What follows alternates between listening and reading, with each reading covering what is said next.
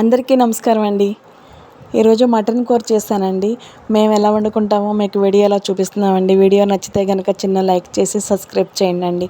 మనస్ఫూర్తిగా మీ అందరికీ ధన్యవాదాలు తెలుపుకుంటున్నానండి. 1/2 kg మటన్ తీసుకొచ్చారండి అంకుల్. ఇవాళ ఈ కర్రీ చేసుకుందామండి.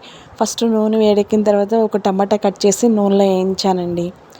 తర్వాత 3 ఉల్లిపాయలు తీసుకుని చక్కగా కట్ చేసుకుని 4 పచ్చిమిర్చి అవి కూడా సన్నగా తరిగేసి నూనెలో వేయించుకుని ఒక స్పూను పసుపు వేసానండి. తర్వాత కొంచెం ఒక 2 స్పూన్లు మనకి ఎంత కావాలో అంత క్వాంటిటీలో గల్లుప్పు వేసేసానండి. ఇంకా మటన్ పైన వేయలేదండి, నేను ఇప్పుడే వేసేసాను అనమాట గల్లుప్పు. ఎందుకంటే ఉల్లిపాయ చక్కగా మగ్గిపోతుంది అనేసి వేసేసాను. ఇంకా గల్లుప్పు కూడా చక్కగా మొత్తం వేసేసి కలిపేసేసుకున్న తర్వాత అప్పుడు మనం మటన్ వేసుకుందామండి. చాలా రకాలుగా వండుకుంటాం కదండి. ఈరోజు నేను ఇలా వండానండి. ఇది మాకు చపాతీల్లోకండి, పిల్లలు కూడా తింటారు. నైట్ డిన్నర్లోకండి, ఇంకా పిల్లలు కూడా తినేది కదా అనేసి అన్నీ వేసి కలిపి వండానండి. అంకుల్ గారికి నాకు అయితే ఇంత ప్రాసెస్ అవసరం లేదండి, మామూలుగా వండేసుకుంటాం నార్మల్గా. ఇంకా మటన్ అంతా వేసేసి కలిపేసేసానండి. చక్కగా మొత్తం కలిపేసితే వాటర్ వస్తుంది కదండి.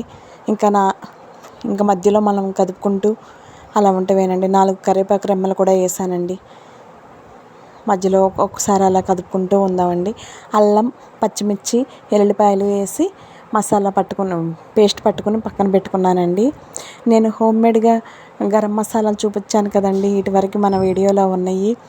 ఆ 2 గరం మసాలాలు కొంచెం ఒక 1/2 స్పూను అలా ఇప్పుడే వేసేసానండి.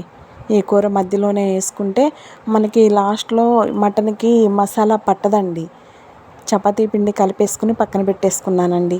చక్కగా నాని బాగుంటాయి అనేసి కొంచెం ఎర్లీగానే కలిపేసుకున్నానండి, 1 గంట ముందే. ఇంకా తర్వాత గరం మసాలా వేసుకుందామండి. అదిగోనండి, ఇప్పుడు మనకి స్మెల్ రాదండి. దింపేటప్పుడు వేసుకుంటే కొంచెం ఘాటుగా అనిపిస్తుంది అనమాట. ఇప్పుడు వేసుకుంటే మధ్యలో మనకి స్మెల్ రాదు, కమ్మగా ఉంటుంది, మనకి వేసినట్టు కూడా తెలియదు.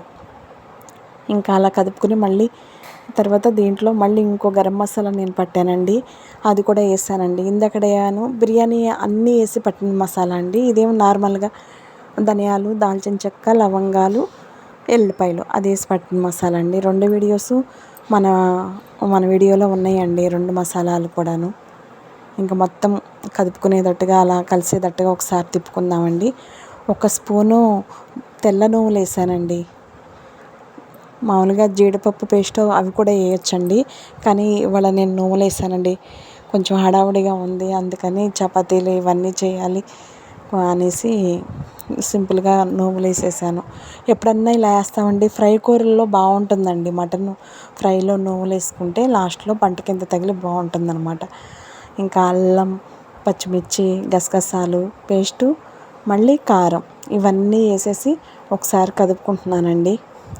మా అమ్మాయి వచ్చిందండి, మా అమ్మాయి వీడియో తీస్తుందనమాట.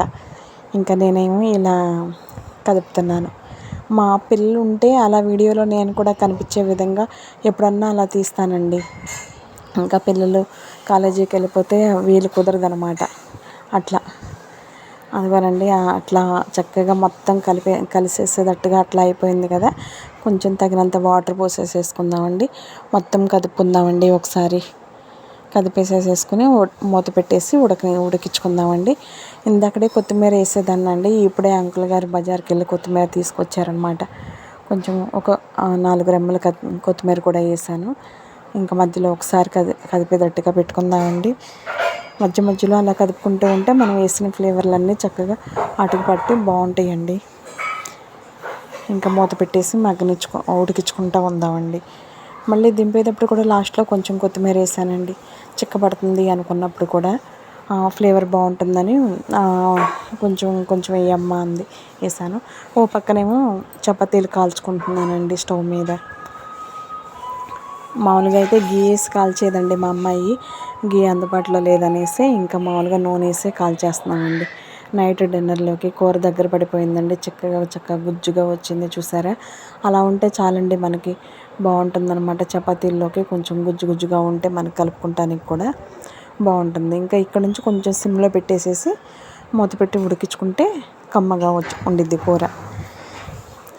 ఇంకా అంతేనండి, మటన్ కర్రీ మనకి రెడీ అయిపోయిందండి. అన్నీ వేసినా సరే మనకి ఆ ఫ్లేవర్ వాసన కమ్మగా వస్తుందండి. అన్నీ వేసాం కదా, బాగుందనమాట. ఇంకా చపాతీల్లో కంటే కొంచెం గ్రేవీగా ఉంటేనే మనకి చపాతీల్లో కలుపుకుంటానికి బాగుంటుంది కదండి. అందుకని అవన్నీ వేసానండి. మామూలుగా రైస్లోకి అయితే కొంచెం నార్మల్గా ఉన్నా పర్లేదు, అది గుజ్జు గుజ్జుగా అలా వచ్చిందండి. ఇంకా మనం స్టవ్ ఆఫ్ చేసుకుని పక్కన పెట్టేసేసుకుందామండి కర్రీ. చాలండి, అంత గ్రేవీ చాలు మనకి. ఓకేనండి, ఇప్పుడు మనం మళ్ళీ చపాతీలోకి రెడీ చేసుకుందామండి. చపాతీలు చక్కగా సిమ్లో పెట్టుకునే కాల్చుకుంటానండి. హైలో పెట్టిన మంట సిమ్లో పెట్టుకుంటే చక్క మెత్తగా కాలుతాయండి. హైలో పెట్టేసి హడావుడిగా కాల్చుకున్నాం అనుకోండి, కొంచెం గట్టిగా ఉంటాయి అన్నమాట. అయిగోనండి, మొత్తం రెడీ అయిపోయినాయి చపాతీలు. అట్లా లైట్గా కాలాలండి, అప్పుడు కానీ మనకి అంత మెత్తగా ఉంటాయి అన్నమాట. అదిగో చూసారండి, అట్లా మెత్తగా ఉంటాయి. హాట్ బాక్స్లో పెట్టేశానండి. ఇంకా తర్వాత మటన్ కర్రీ నైట్ డిన్నర్లోకి ఈ 2 చేశానండి ఇవాళ. ఉంటానండి, మరో వీడియోలో మళ్ళీ మీ ముందుకు వస్తానండి.